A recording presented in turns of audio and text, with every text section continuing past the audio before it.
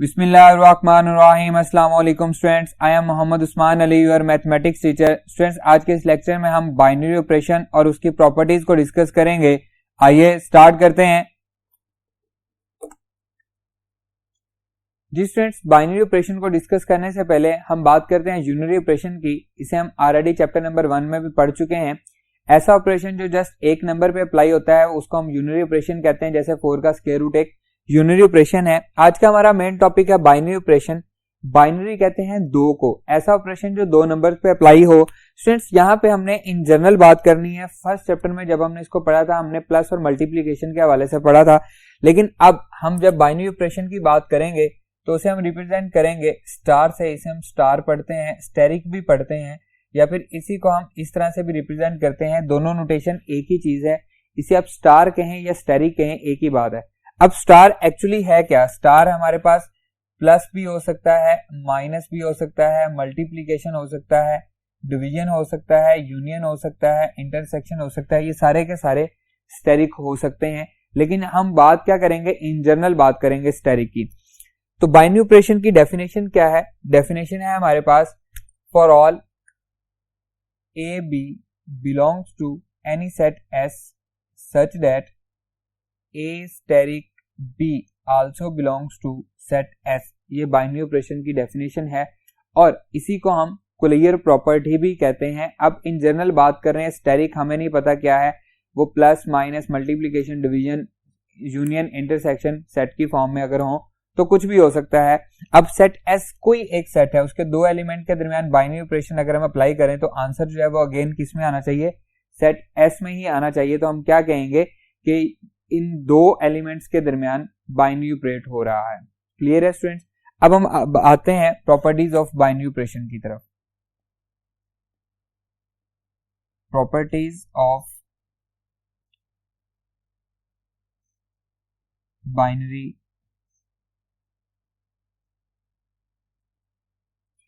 जी students, binary operation की properties को आपने अच्छे तरीके से याद रखना है। इन प्रॉपर्टीज को हमने आगे चल के ग्रुप में भी पढ़ना है, खासकर इनकी जो अरेंजमेंट है उसको आपने अच्छे तरीके से याद रखना है। नंबर 1 सबसे पहली प्रॉपर्टी है कुलियर प्रॉपर्टी। ये वही है जो हम ऑलरेडी पढ़ चुके हैं, लेकिन आज हम इनको इन जनरल स्टेरिक के हिसाब से डिस्कस करेंगे। For all A B belongs to, मैं इसको रिपीट कर रहा हूं, हालांकि ऊपर भी इसकी डेफिनेशन लिखी हुई है। A B belongs to any set S such that A asterisk B also belongs to that set. That property is called closure property. आपकी बुक में ये बात लिखी हुई है कि कुछ ऑथर इसको इंक्लूड करते हैं और कुछ ऑथर इसको इंक्लूड नहीं करते, आप लिख दें तो बेस्ट है।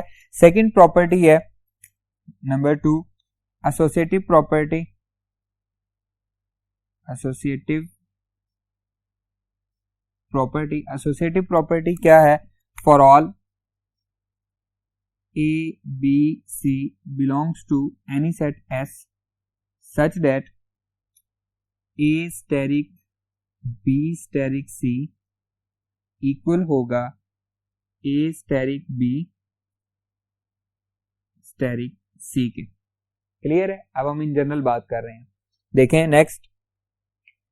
जी स्टूडेंट, थर्ड प्रॉपर्टी है existence of identity element. Existence of identity element, हम इसको पहले भी पढ़ चुके हैं। For all A belongs to set S there exist E belongs to set S such that A asterisk E is equals to E asterisk A equal आएगा A के, जो कि एलिमेंट है सेट एस का। ई को हमने क्या कहा है? आइडेंटिटी का, क्योंकि हम इन जनरल सारी बातें कर रहे हैं तो ई भी इन जनरल हमने आइडेंटिटी से रिप्रेजेंट किया है इसको। E is the identity element, ठीक है? वो कुछ भी हो सकता है। जब उसको स्टेरिक परफॉर्म करवाएंगे किसी भी एलिमेंट के साथ, लेफ्ट से करवाएं राइट से करवाएं, तो आंसर जो आएगा वो एलिमेंट इटसेल्फ आएगा। तो हम क्या कहेंगे? E is the identity element of set S. यहां पे हम लिख देंगे E is the identity element of set S. Clear friends? इसी तरह से नेक्स्ट प्रॉपर्टी है fourth property existence of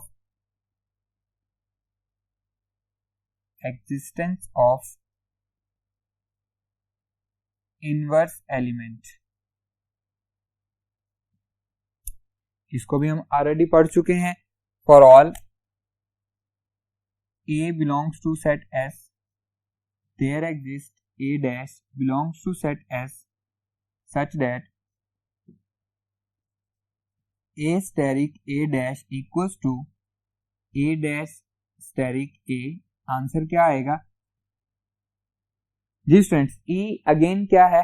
element है सेट S का, तो हम कहेंगे A और A डैश आपस में क्या है? इनवर्स है। अगर कोई से दो एलिमेंट को हम स्टेरिक पर फॉर्म करें और आंसर जो है वो आइडेंटिटी आ जाए तो हम क्या कहेंगे कि ये वो दोनों एलिमेंट जो है वो आपस में एक दूसरे के इनवर्स हैं। एंड फिफ्थ प्रॉपर्टी है कम्यूटेटिव प्रॉपर्टी। कम्यूटेटिव प्रॉपर्टी क्या है students? For all A B belongs to set S such that A steric B equal होगा B steric A के, ठीक है। और कम्यूटेटिव प्रॉपर्टी कहाँ पे होल्ड नहीं करती? मैट्रिसेस में होल्ड नहीं करती। A B is not equal to B A under multiplication commutative property hold नहीं करती। स्टूडेंट्स अभी फिलहाल हम इनको डिस्कस कर रहे हैं। ये बाइनरी ऑपरेशन की 5 प्रॉपर्टीज हैं, ये आपने डिस्कस याद रखनी है। इनको हम आगे चल के ग्रुप में भी यूज करेंगे। आइए अब हम कुछ एग्जांपल्स को देखते हैं। एग्जांपल नंबर 4 है स्टूडेंट, हमें सेट दिया गया है 1 -1 एयोटा माइनस एयोटा और वो कहता है कि प्रूव करें कि अंडर मल्टीप्लीकेशन ये क्लोज्ड है। तो हम इसको प्रूव कर रहे हैं। 1 को 1 से मल्टीप्लाई करेंगे, आंसर 1 आएगा। 1 को -1 से -1, 1 मल्टीप्लाई बाय एयोटा आ जाएगा and 1 multiply by minus aorta आएगा।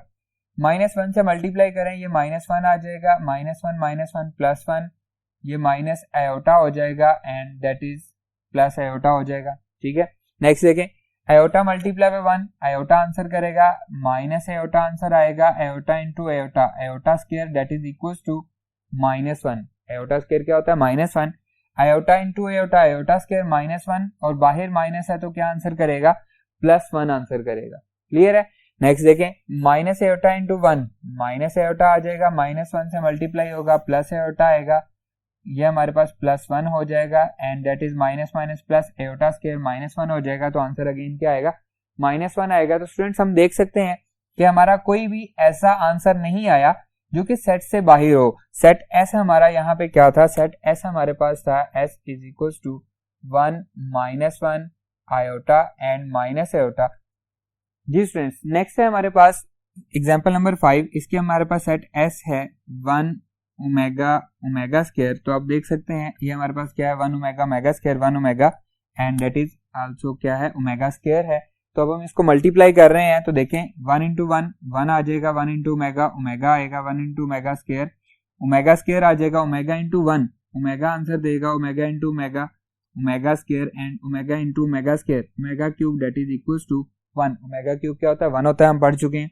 Omega square into 1 omega square into omega cube that is क्या आएगा? 1 आएगा।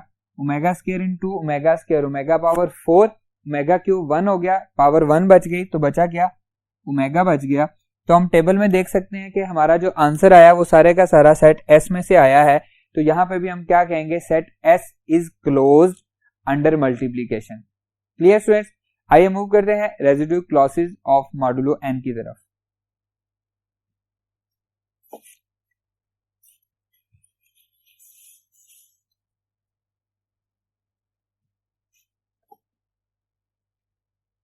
जी स्टूडेंट्स, हम स्टार्ट कर रहे हैं operations on residue classes of modulo n। तो स्टूडेंट इससे पहले हम ये डिस्कस करते हैं कि residue classes of modulo n होती क्या है। फर्ज करें हमारे पास दो कंसेक्यूटिव नंबर दिए गए हैं 2n and 2n plus 1 when this number is divisible by 2, when divisible by 2, remainder leave remainder 0 1। जब हम इनको 2 से डिवाइड करते हैं, n क्या है, इंटीजर्स हैं, पॉजिटिव इंटीजर्स 1 2 3 4 5, ये नेचुरल नंबर हम कह सकते हैं।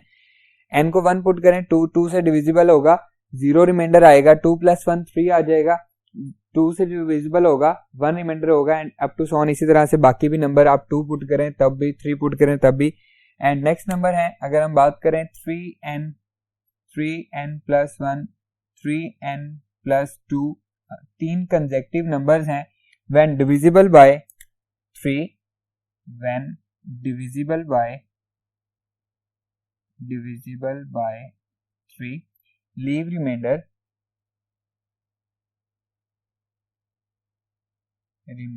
क्या रिमाइंडर बचेगा, 0 1 2, इसका रिमाइंडर बचेगा 0 1 2। इसी तरह से नेक्स्ट नंबर है 4 कंसेक्टिव नंबर्स हम ले लेते हैं, 4n + 1 4n + 2 4n + 3। अब हमने कितने कंसेक्टिव नंबर्स लिए हैं, 4 कंसेक्टिव नंबर लिए हैं। When divisible by 4, when divisible by 4, leave remainder कितना, 0 1 2 3। तो स्टूडेंट्स जो हमारे पास रिमाइंडर्स बच रहे हैं 0 1 0 1 2 0 1 2 3, इसी तरह से अप टू सो ऑन हम इसको लिख सकते हैं, and up to so on. तो ये क्या होगा, अप टू सो ऑन 5 अगर हम कंसेक्टिव नंबर लेंगे, 5n + 1 5n + 2 5n + 3 5n + 4, उनको जब हम 5 से डिवाइड करेंगे तो रिमाइंडर क्या आएगा, 0 1 2 3 4 बस। अब देखें जिसका भी हम बात करते हैं, अगर हम 2 से डिवाइड कर रहे हैं तो रिमाइंडर 0 1 आ रहा है, 3 से डिवाइड कर रहे हैं 0 1 2 आ रहा है, 4 से डिवाइड कर रहे हैं 0 1 2 3 आ रहा है। तो जिस नंबर से हम डिवाइड कर रहे हैं वो नंबर या उससे बड़ा नंबर आंसर में नहीं आ रहा, तो इसे हम क्या कहेंगे, ये जो हमारे पास रिमाइंडर का सेट होगा इसे हम कहेंगे रेजिड्यू क्लॉज ऑफ मॉडुलो 2। इसी तरह इसे हम कहेंगे रेजिड्यू क्लॉज ऑफ मॉडुलो 3, इसे हम कहेंगे रेजिड्यू क्लॉज ऑफ मॉडुलो 4। अगर उसमें एलिमेंट्स हैं 0 1 2 3 4 तो वो रेजिड्यू क्लास है मॉडुलो 5 की। तो स्टूडेंट्स याद रखिएगा, उसको जब हम ऑपरेट करेंगे, मल्टीप्लाई करें या ऐड करें, उसमें जो आंसर आएगा उनमें भी ना ही, अगर वो फर्ज करें रेजिड्यू क्लास ऑफ मॉडुलो 5 है, ना ही उसमें 5 आंसर आएगा, ना 5 से बड़ा कोई आंसर आएगा।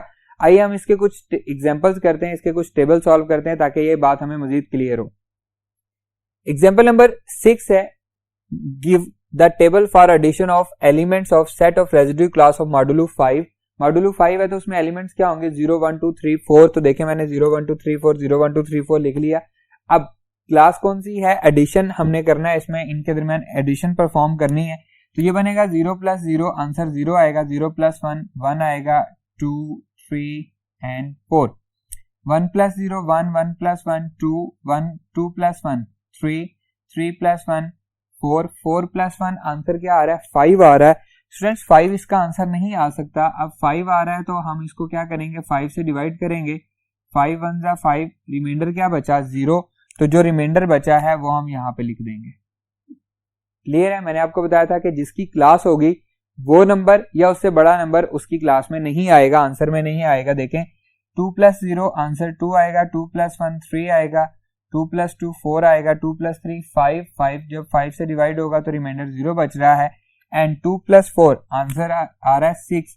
6 को हम अगेन क्या करेंगे, 5 से डिवाइड करेंगे, 5 1 = 5, रिमाइंडर क्या बचेगा, 1। तो यहाँ पे हम क्या लिखेंगे, 1 लिखेंगे। क्लियर है। नेक्स्ट देखें 3 + 0 आंसर आएगा 3, 3 + 1 4, 3 + 2 5, तो आंसर रिमाइंडर 0 आएगा। 3 + 3 6, तो रिमाइंडर 1 आएगा। 3 + 4 7, तो रिमाइंडर क्या आएगा, 2 रिमाइंडर आएगा। क्लियर। नेक्स्ट देखें 4 + 0 आंसर 4 आएगा, 4 + 1 5, 5 का रिमाइंडर क्या आ रहा है, 0। 4 + 2 6 का रिमाइंडर 1, 4 + 3 7 का रिमाइंडर क्या आएगा, 2 आएगा, एंड 4 + 4 8 का रिमाइंडर क्या आएगा, 3 आएगा। तो स्टूडेंट्स देखें हमने ये रेजिड्यू क्लास बनाई है मॉडुलो 5 की, इसमें कोई भी ऐसा एलिमेंट नहीं आया जो सेट से बाहर आया हो। उसके जो आंसर्स आए हैं वो सारे के सारे किस में आए हैं, सेट में आए हैं। हम कह सकते हैं the residue class of modulo 5 is closed under addition. ये अंडर एडिशन क्या है, क्लोज्ड है। इसमें हर एलिमेंट को जब हमने आपस में ऐड किया है तो जो आंसर आया वो सेट के अंदर से ही आया। चलिए आइए एक और एग्जांपल देखते हैं। एग्जांपल नंबर है 9, give the table for multiplication of element of the set of residue class of modulo 8। अब हमने क्या करना है, मल्टीप्लाई करना है। रूल हमारा वही है, 8 की रेजिड्यू क्लास है तो एलिमेंट्स कहां तक आएंगे, 7 तक, 0 1 2 3 4 5 6 7। अब जो आंसर आएंगे वो भी क्या आएंगे, इन्हीं में से आएंगे। अगर 7 8 या 8 से बड़ा आंसर आता है तो हम उसको किससे डिवाइड करेंगे, जो क्लास है। क्लास किसकी है, 8 की क्लास है तो 8 से डिवाइड करेंगे। 0 इंटू 0 आंसर 0 आएगा, 0 multiply by 1 answer 0, 2 multiply by 0 0, 3 multiply by 0 0 0, ये सारे के सारे क्या हो जाएंगे, 0 हो जाएंगे। ठीक है, 0 से मल्टीप्लाई हो तो आंसर 0 आता है। इसी तरह 1 से multiply, 1 multiply by 0 0, 1 multiply by 1, फिर 2, फिर 3 4 5 6 एंड 7। क्लियर। नेक्स्ट देखें, 2 से मल्टीप्लाई हो रहा है, 2 मल्टीप्लाई बाय 0 0, 2 मल्टीप्लाई बाय 1 2, 2 2 जा 4, 3 2 जा 6, इसका एलिमेंट है, नो प्रॉब्लम। 4 2 जा 8, अब 8 इसका एलिमेंट नहीं है। 8 से जब डिवाइड होगा, 8 की क्लास है तो रिमाइंडर क्या बचेगा, 0 बच जाएगा। 2 5 जा 10, अगेन 8 से डिवाइड होगा, रिमाइंडर क्या बचेगा, 2 बचेगा। 6 2 जा 12, रिमाइंडर क्या बचेगा, 4। 7 2 जा 14, तो रिमाइंडर क्या बचेगा, 6 बच जाएगा। हम इसको 8 से डिवाइड करेंगे। क्लियर। नेक्स्ट देखें, 3 की, 3 0 0, 3 1 जा 3, 3 2 जा 6, 3 3 जा 9, 8 से डिवाइड होगा तो रिमाइंडर क्या बचेगा, 1 रिमाइंडर बचेगा। 4 3 जा 12, अगेन 8 से डिवाइड होगा तो रिमाइंडर क्या बचेगा, 4 बचेगा। क्लियर है। 5 3 जा 15, 8 से डिवाइड होगा तो रिमाइंडर क्या बचेगा, 7। एंड 6 3 जा 18, 8 2 जा 16, रिमाइंडर क्या बचेगा, 2। एंड 7 3 जा 21, 16 एंड 5 हमारे पास रिमाइंडर बच जाएगा। Clear students. नेक्स्ट देखिए, 4 को मल्टीप्लाई करते हैं, 4 0 0, 4 1 जा 4, 4 2 जा 8, रिमाइंडर 0 बचेगा। 4 3 जा 12, रिमाइंडर 4 बचेगा। 4 4 जा 16, रिमाइंडर 0 बचेगा। 8 पे पूरे का पूरा डिविजिबल है। 4 5 जा 20, रिमाइंडर 4 बचेगा। 4 6 जा 24, 8 पे डिविजिबल है, 0 बचेगा। 4 7 जा 28, तो 4 रिमाइंडर बच जाएगा। क्लियर। नेक्स्ट देखें, 5 0 जा 0, 5 1 जा 5 2 जा 10, रिमाइंडर 2 बच जाएगा। 5 3 जा 15, रिमाइंडर 7 बचेगा। 5 4 जा 20, रिमाइंडर 4 बचेगा। 5 5 जा 25, रिमाइंडर 1 बचेगा। 5 6 जा 30, रिमाइंडर 6 बचेगा। एंड 5 7 जा 35, तो रिमाइंडर 3 बचेगा, क्योंकि 8 4 जा 32, रिमाइंडर 3 बच जाएगा। नेक्स्ट देखें, 6 0 जा 0, 6 1 जा 6, 6 2 जा 12, 8 से डिवाइड करेंगे, रिमाइंडर बचेगा 4। 6 3 जा 18, रिमाइंडर बचेगा 2। 6 4 जा 24, पूरे का पूरा डिविजिबल है, रिमाइंडर 0। 6 5 जा 30, रिमाइंडर क्या बचेगा, 6। नेक्स्ट 6 6 जा 36, 32, 4 रिमाइंडर बच जाएगा, क्योंकि 8 4 जा 32 होता है। 6 7 जा 42, 8 5 जा 20, तो अगेन रिमाइंडर क्या बचेगा, 2 बच जाएगा। क्लियर। नेक्स्ट देखें, 7 0 जा 0, 7 1 7, 7 2 जा 14, रिमाइंडर बचेगा 6। 7 3 21, रिमाइंडर क्या बचेगा, 5। 7 4 28, रिमाइंडर क्या बचेगा, 4। 7 5 35, रिमाइंडर 3 आएगा। 7 6 42, रिमाइंडर 2 आएगा। एंड 7 7 जा 49, रिमाइंडर क्या आएगा, 1 आएगा। क्लियर है स्टूडेंट्स। ये क्या बन गई, residue class of modulo 8 under multiplication. अब देखें, जितने भी हमारे पास आंसर आए हैं सारे के सारे 0 1 2 3 4 5 6 7, इनके अलावा और कोई आंसर नहीं आया, तो हम कह सकते हैं the set of residue class of modulo 8 is closed under multiplication. Students, exercise 2.7 का क्वेश्चन नंबर 3 और क्वेश्चन नंबर 4 सेम ऐसे ही है, वो आपके लिए होमवर्क है, आपने खुद से उसको सॉल्व करना है। आज का हमारा लेक्चर यहीं पे खत्म होता है। इंशाल्लाह नेक्स्ट लेक्चर में आपसे मुलाकात होगी। अल्लाह हाफिज।